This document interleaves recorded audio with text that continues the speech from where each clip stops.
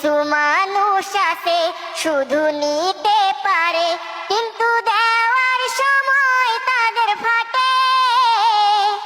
ও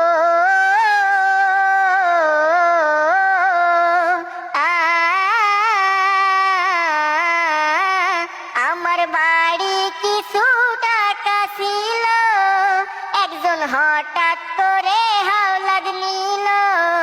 2 দিন পরে দেবে বলে টাকা নিছে,